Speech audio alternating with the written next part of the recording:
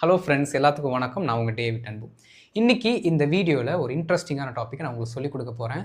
பொறுமையாக அப்படியே video skip பண்ணாமல் பார்த்துட்டே வாங்க. அப்போ தான் உங்களால் அண்டர்ஸ்டாண்ட் பண்ணிக்க முடியும். ப்ளஸ் இதை எவ்ரிடே கம்யூனிகேஷனில் நீங்கள் இம்ப்ளிமெண்ட் பண்ணணும் அப்படின்னாலும் இந்த அண்டர்ஸ்டாண்டிங் இருந்தால் தான் பண்ண முடியும். சரிங்களா? ஸோ வீடியோவை ஸ்கிப் பண்ணாமல் பாருங்கள். அண்ட் இதான் நம்ம சேனலுக்கு ஃபஸ்ட் டைம் வந்திருக்கீங்கன்னா மறக்காமல் நம்ம சேனலை சப்ஸ்கிரைப் பண்ணிடுங்க.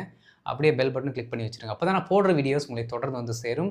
அப்படியே முடிஞ்ச இப்போவே கொஞ்சம் லைக்கும் பண்ணி வச்சிட்டிங்கன்னா மற்றவங்களுக்கு அது ஷேர் ஆகும். சரிங்களா? நாம் என்ன பண்ணலாம் அப்படின்னா டிலே இல்லாமல் இப்போ வீடியோக்குள்ளே போயிடலாம். அடுத்த மாதத்துக்கான பேசிக் டு அட்வான்ஸ் கோர்ஸோட அட்மிஷன் ஸ்டார்ட் ஆயிடுச்சுங்க. இதில் ஜாயின் பண்ணணும்னு விருப்பப்படுறவங்க இப்போ ஸ்ட்ரீம் ஆகிட்டு இருக்க இந்த நம்பருக்கு எங்களுக்கு வாட்ஸ்அப் பண்ணுங்கள். நாங்கள் டீட்டெயில்ஸ் உங்களுக்கு சென்ட் பண்ணுறோம். ஃப்ரெண்ட்ஸ், இப்போ நம்ம தமிழில் அப்படி இருக்குமாறு, அவ்வாறு இருக்குமாறு, அப்படி இருக்கும்படியாக அப்படின்னு நிறைய இடத்துல சொல்லுவோம். ஓகே, அப்படி இருக்கிற மாதிரி, இதுதான் வழக்கு தமிழ்.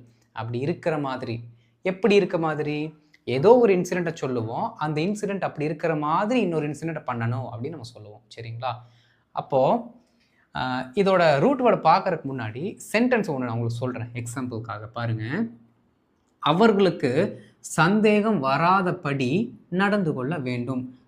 வராதபடின்னு சொல்லலாம். வராத மாதிரி தெரியுறா, ஓகே, வராத படிக்கு, இப்போல்லாம் எப்படி நீங்கள் சொன்னாலும் அர்த்தம் ஒன்று தான். எப்படி அவங்களுக்கு சந்தேகம் வராமல் இருக்கிற மாதிரி நடந்துக்கணும்டா, இதோட அர்த்தம், அதாவது இந்த இடத்துல நீங்கள் கவனிச்சிங்கன்னா உங்களுக்கு ஒரு அர்த்தம் கிடைக்கும். என்னென்னா அந்த முறையில், அந்த வகையில், புரியுதுங்களா, அந்த மாதிரி அப்படிங்கிற அர்த்தத்தை தான் நம்ம கொடுக்குறோம். எப்படி அவங்களுக்கு சந்தேகம் வராத மாதிரி அந்த முறையில் நாம் நடந்து கொள்ள வேண்டும்.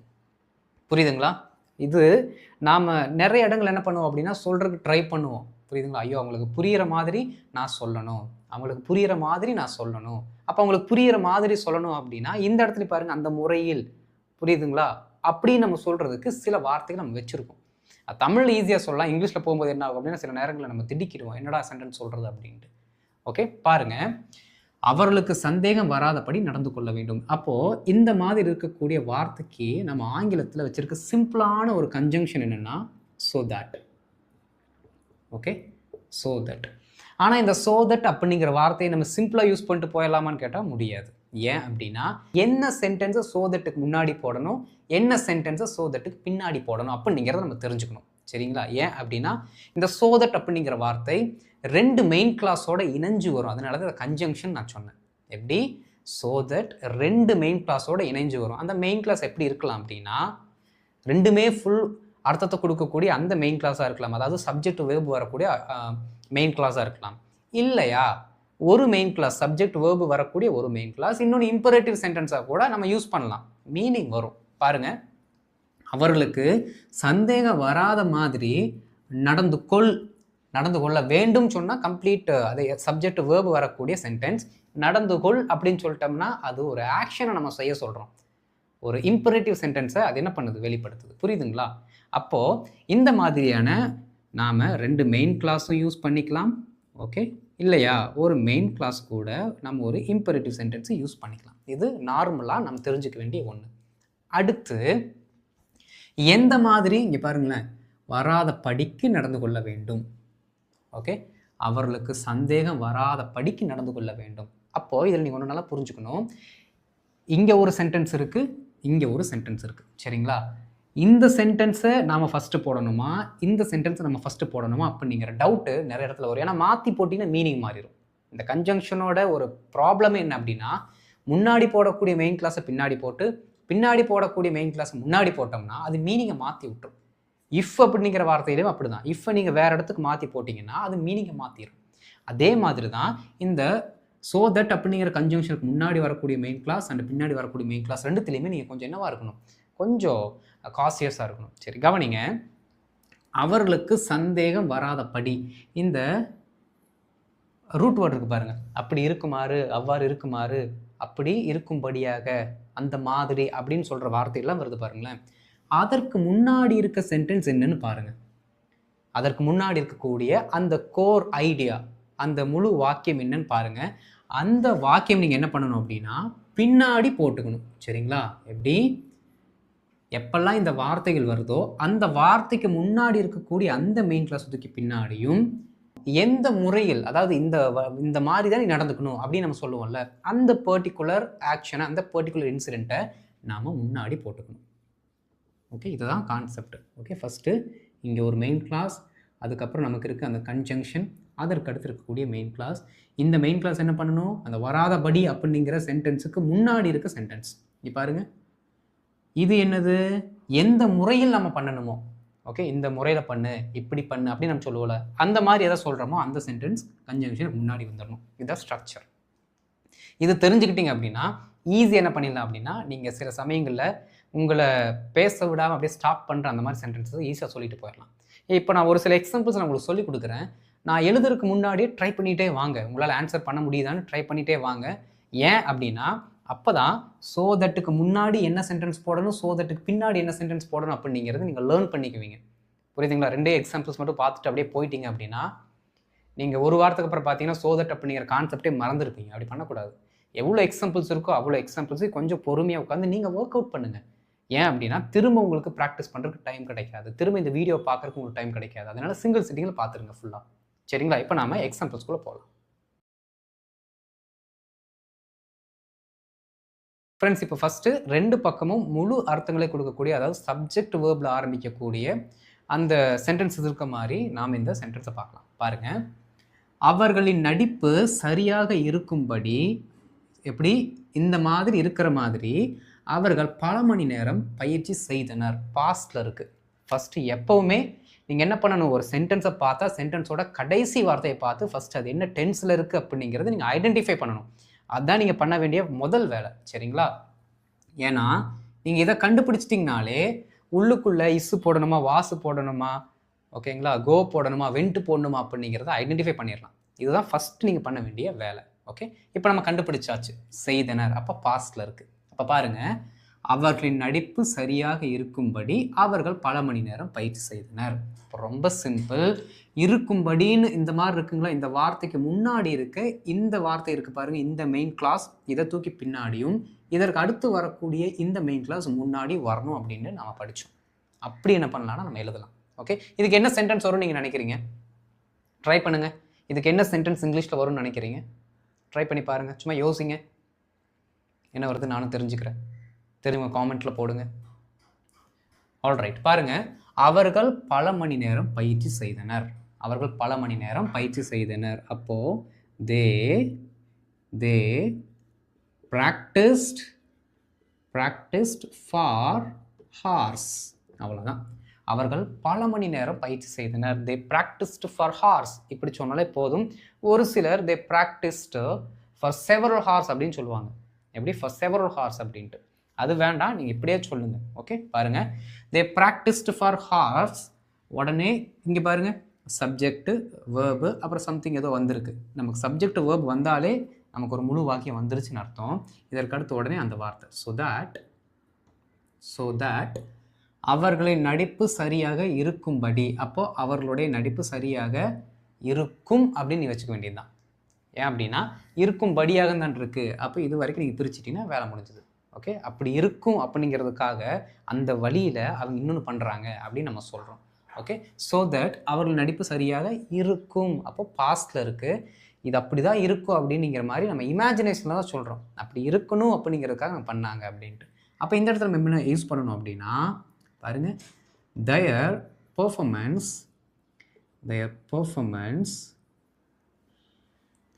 would be better. அவ்வளோதான். their performance would be better. ரொம்ப simple. they practiced for hours so that their performance would be better. would be perfectன்னு சொன்னாலும் இன்னும் நல்லாயிருக்கும். ஓகே, பர்ஃபெக்ட்னா இன்னும் கரெக்டாக இருக்கும். பாருங்கள், they practiced for hours so that their performance would be better. ஐயோ, அவங்களோட பெர்ஃபார்மன்ஸ் சூப்பராக இருக்கணும் அப்படிங்கிறதுக்காக, அப்படிங்கிற மாதிரி எப்படி வேணால் நீங்கள் சொல்லலாம் தமிழில் சொல்லும்போது. அப்படிங்கிற மாதிரி அவங்க என்ன பண்ணுறாங்க, பல மணி நேரம் பயிற்சி செய்தாங்க அப்படின்னு நம்ம என்ன பண்ணுறோம், தமிழில் சொல்கிறோம். அதை நீங்கள் இப்படி தான் சொல்லணும். ரொம்ப சிம்பிள். அவர்களுக்கு சந்தேகம் வராமல் இருக்கும்படி நாம் நடந்து கொள்ள வேண்டும். அவங்களுக்கு சந்தேகம் வராத மாதிரி நம்ம இருக்கணும்டா அப்படி சொல்லுவோம்ல. பாருங்கள், நாம் நடந்து கொள்ள வேண்டும், அதை ஃபஸ்ட்டு நம்ம எழுதிக்கணும். சரிங்களா? நாம் நடந்து கொள்ள வேண்டும் அப்படின்னா we நீட் டுன்னு போடுறேன். சரிங்களா? வேண்டும் இருக்குது, must, should, ought to have to வேணால் போடலாம். இங்கே நான் நீட் டுன்னு போடுறேன். We need to behave well. We need to behave well so that இங்கே பாருங்கள், அவர்களுக்கு சந்தேகம் வராமல் இருக்க வேண்டும் அப்படின்னு வச்சுக்கிட்டா தான் உங்களுக்கு புரியும். அவர்களுக்கு சந்தேகம் வரக்கூடாது. அவங்களுக்கு சந்தேகம் வராத மாதிரி இருக்கிற மாதிரி நம்ம நடிக்கணும்டா அப்படின்னு நம்ம சொல்கிறோம். அப்போ அவங்களுக்கு சந்தேகம் வரக்கூடாது அப்படிங்கிறது அங்கே இருக்கிற அர்த்தம். நெகட்டிவில் இருக்குது. புரியுதுங்களா? சில சமயங்கள் நெகட்டிவில் நம்ம யூஸ் பண்ணலாம், தப்பு இல்லை. நெகட்டிவில் இருக்குது. ஸோ தட் அப்படியே நெகட்டிவ் சென்டென்ஸ் சொல்லுங்கள். தே ஷுட் நாட், கூடாதுன்னு தானே சொல்கிறோம். அவங்களுக்கு சந்தேகம் வரக்கூடாதுன்னு சொல்கிறோம். So that they should not suspect us. அவ்வளோதான். They should not suspect us. பாருங்க, we need to behave well so that they should not suspect us. We should behave well so that they should not suspect us. எங்கூட சேர்ந்து சொல்லுங்க. அப்படியே சொல்லி பாருங்க, உங்களுக்கு இந்த வார்த்தைகள்லாம் சரளமாக வருதா அப்படின்னு ட்ரை பண்ணுங்க. வாங்க மறுபடியும் சொல்லலாம். We need to behave well. We need to behave well so that they should not suspect us. They should not suspect us. அவ்வளோதான். இந்த ஸ்பீட்லேயே என்ன பண்ணுங்கன்னா, நீங்கள் பேசி பழகுங்க. ரொம்ப ஃபாஸ்ட்டாலாம் பேசணும்னு அவசியம் கிடையாது. இந்த ஸ்பீடில் என்ன பண்ணுங்க, நீங்கள் பொறுமையாக பேசுங்க, தப்பு இல்லை. ஓகே. நான் முக்கியமான நிகழ்வுகளை மறக்காமல் இருக்குமாறு குறிப்புகள் எடுக்கிறேன். நான் எப்பயுமே முக்கியமான இன்சிடென்ட்டை மறக்கக்கூடாது அப்படின்னு சொல்லி என்ன பண்ணுவேன்னா, நோட்ஸ் எடுத்துக்குவேன் அப்படின்னு நம்ம சொல்கிறோம். ஓகே, பாருங்க. ஐ டேக்கிங் நோட்ஸ். ஓகே, ஐ ஆம் டேக்கிங் நோட்ஸ் ஸோ தட், உடனே ஸோ தட்னு போட்டுறணும். ஏன்னா குறிப்புகள் எடுக்கிறேன், I am taking notes, main clause வந்துருச்சு. ஸோ தட் நான் முக்கியமான நிகழ்வுகளை மறக்கக்கூடாது அப்படிங்கிறதுக்காக என்ன பண்ணுறேன், குறிப்பு எடுக்கிறேன் அப்படின்னு சொல்கிறோம். ஸோ தட் நம்ம என்ன பண்ணலாம், நெகட்டிவில் இருந்தாலும் பாசிட்டிவில் எப்படி எழுதலான்னு பாருங்களேன். So that I can remember, இப்படி கூட சொல்லலாம். So I can remember all the important incidents அப்படின்னு சொல்லிக்கலாம். ஓகே, இன்சிடென்ட் சொல்லலாம், டீட்டெயில்னு கூட சொல்லலாம். ஓகே, டீட்டெயில்ஸ் அப்படின்னா முக்கியமான குறிப்புகள் அந்த மாதிரி நம்ம சொல்லிக்கலாம். பாருங்களேன், நான் முக்கியமான நிகழ்வுகளை மறக்காமல் இருக்குமாறு குறிப்புகள் எடுக்கிறேன். I am taking notes so that I can remember all the important incident. So that I can remember all the important details. எது வேணாலும் சொல்லலாம். எங்கூட சேர்ந்து சொல்லுங்கள். கொஞ்சம் கண்ணை மூடி அப்படின்னு சென்டென்ஸ் சொல்லி பாருங்கள். கண்ணை மூடுங்க. என்னை யாரும் இப்போ பார்க்கக்கூடாது. இப்போ யாரும் என்னை பார்க்கக்கூடாது, கண்ணை மூடுங்க. ட்ரை பண்ணுங்க. ட்ரை பண்ணுங்க. எப்படி சொல்லலாம்? I am taking notes so that I can remember all the important incidents. Simple, அவ்வளோதான். ரொம்ப ஈஸி ஃப்ரெண்ட்ஸ். இந்த மாதிரி என்ன பண்ணணும்னா, பெரிய சென்டென்ஸ் அப்படியே கண்ணை மூடி நீங்கள் சொல்லி பார்க்கணும். அப்போ தான் உங்களுக்கு ஈஸியாக இருக்கும். சரிங்களா? இப்போ என்ன பண்ணலாம்னா, இம்பரேட்டிவ் சென்டென்ஸ் இருக்க மாதிரி ஒரு சில எக்ஸாம்பிள்ஸ் பார்க்கலாம்.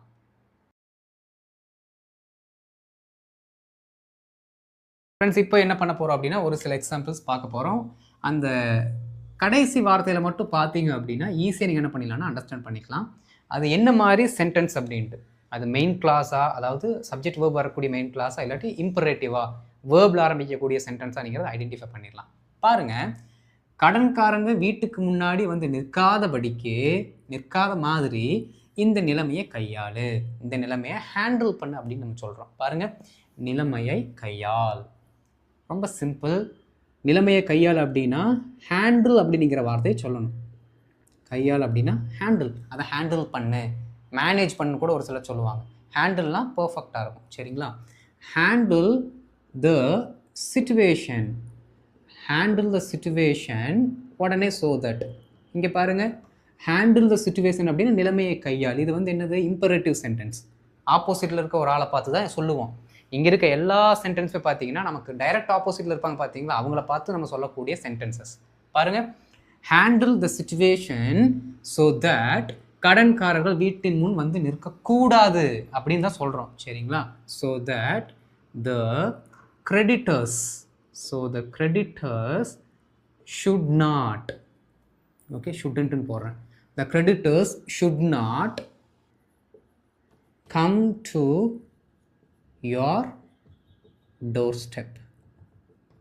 அவ்வளோதான். பாருங்கள், வாசப்படிக்கு வந்து எந்த கடன்காரரும் நிற்காத மாதிரி நிலைமையை ஹேண்டில் பண்ணிக்கோப்பா அப்படின்னு நம்ம சொல்லுவோம்ல, அதான் நம்ம இங்கே எழுதியிருக்கோம்.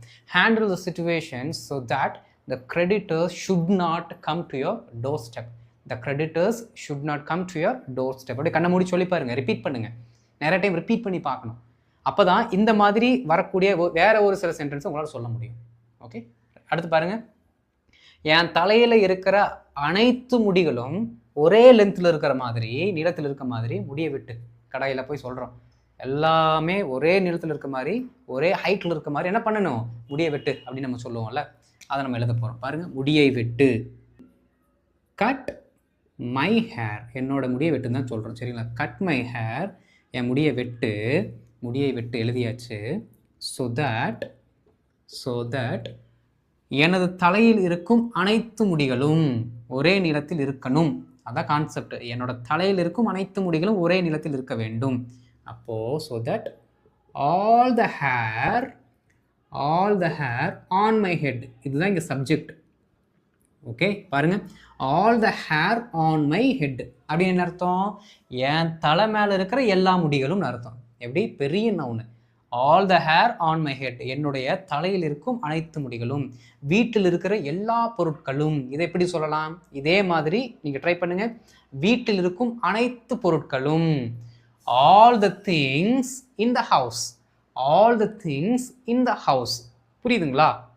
அவ்வளோதான், ரொம்ப சிம்பிள். இடத்த மட்டும் கொஞ்சம் கொஞ்சம் மாற்றினீங்கன்னா, வார்த்தைகளை மாற்றினீங்கன்னா மீனிங் வந்துடும். Okay, all the hair on my head, all the things in the house. இந்த மாதிரி எப்படி வேணாலும் நீங்கள் என்ன பண்ணிக்கலாம், மாற்றி ப்ராக்டிஸ் பண்ணி பழகணும். Okay, all the hair on my head பெரிய நவுன் இருக்குங்க, சரிங்களா? அந்த நவுனுக்கு அடுத்து இப்போ வேர்பு போடணும். அதான் நம்மளோட நார்மல் ரூலு. போட்டுடலாம் வாங்க. All the hair on my head is. Okay, hair அப்படிங்கிறது இது கிடையாது, ப்ளூரல் கிடையாது, ப்ளூரல் போட்டுற வேண்டாம். இஸ் அப்படிங்கிற சிங்குலர் வேர்பு போடுங்க. Okay, is the same length. இந்த சென்டென்ஸ் தான் நீங்கள் ஆல்ரெடி காமெண்ட்டில் எழுதியிருக்கீங்க, நான் எழுதிருக்கு முன்னாடியே காமெண்ட்டில் எழுதியிருக்கீங்க அப்படின்னா எக்ஸலண்ட், சூப்பர். நீங்கள் கரெக்டாக திங்க் பண்ண ஆரம்பிச்சிட்டிங்கன்னு அர்த்தம். பாருங்கள், cut my hair so that all the hair on my head is the same length. Cut the hair இல்லாட்டி cut my hair so that all the hair on my head is the same length. ரொம்ப easy. Okay, கொஞ்சம் யோசிச்சோம்னா எழுதிடலாம். Okay, எல்லாருக்கும் புரிகிற மாதிரி பாடத்தை நடத்து. எல்லாருக்கும் புரிகிற மாதிரி பாடத்தை நடத்து. ஓகே, பாருங்க, teach the lesson so that எல்லாருக்கும் புரியணும் தானே. அப்போது எவ்ரி ஒன் அண்டர்ஸ்டாண்ட்ஸ்ன்னு சொன்னாலே போதும். Every one understands. பாருங்க, teach the lesson so that everyone understands. teach the lesson so that everyone understands. இப்போ நல்லா ஒன்று கவனிக்கணும். இங்கே இருக்க எல்லா சென்டென்ஸுமே பார்த்தீங்க அப்படின்னா நம்ம ப்ரெசென்ட் மட்டும் தான் யூஸ் பண்ணியிருப்போம். பாஸ்டோ ஃபியூச்சரோ வரவே வராது, ப்ரெசென்ட் மட்டும் தான் யூஸ் பண்ணியிருப்போம். ஏன் அப்படின்னா நாம் ஒரு கட்டளை வாக்கியத்தை, இம்பரேட்டிவ் சென்டென்ஸை ஒரு ஆர்டரை போடும் பொழுது அவங்க அந்த வேலையை அப்போவே செய்யணும் அப்படிங்கிற மாதிரி நம்ம டைரெக்டாக தான் சொல்லுவோம். அந்த ப்ரெசென்ட் டைமில் தான் அந்த சென்டென்ஸ் நம்ம மேக் பண்ணுவோம். அதனால இங்கே இருக்க எல்லா சென்டென்ஸும் எப்படி இருக்குது? ப்ரெசென்ட்டில் தான் இருக்குது. அப்போ இம்பரேட்டிவ் சென்டென்ஸ் வரும்போது நீங்கள் ப்ரெசென்ட் டென்ஸ் மட்டும் தான் யூஸ் பண்ணணுங்கிறத மறந்துட வேண்டாம். ஓகே, புரிஞ்சுதுங்களா? இந்த வீடியோ புரிஞ்சுதா? ஈஸியாக இருக்கா?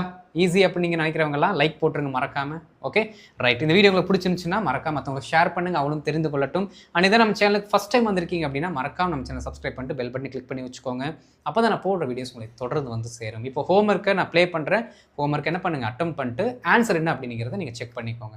அடுத்த வீடியோவில் ஒரு சூப்பரான டாபிக் உங்களுக்கு மீட் பண்ணுறேன். அது வரைக்கும் இதை நல்லா ப்ராக்டிஸ் பண்ணிட்டுருங்க. Thank you friends.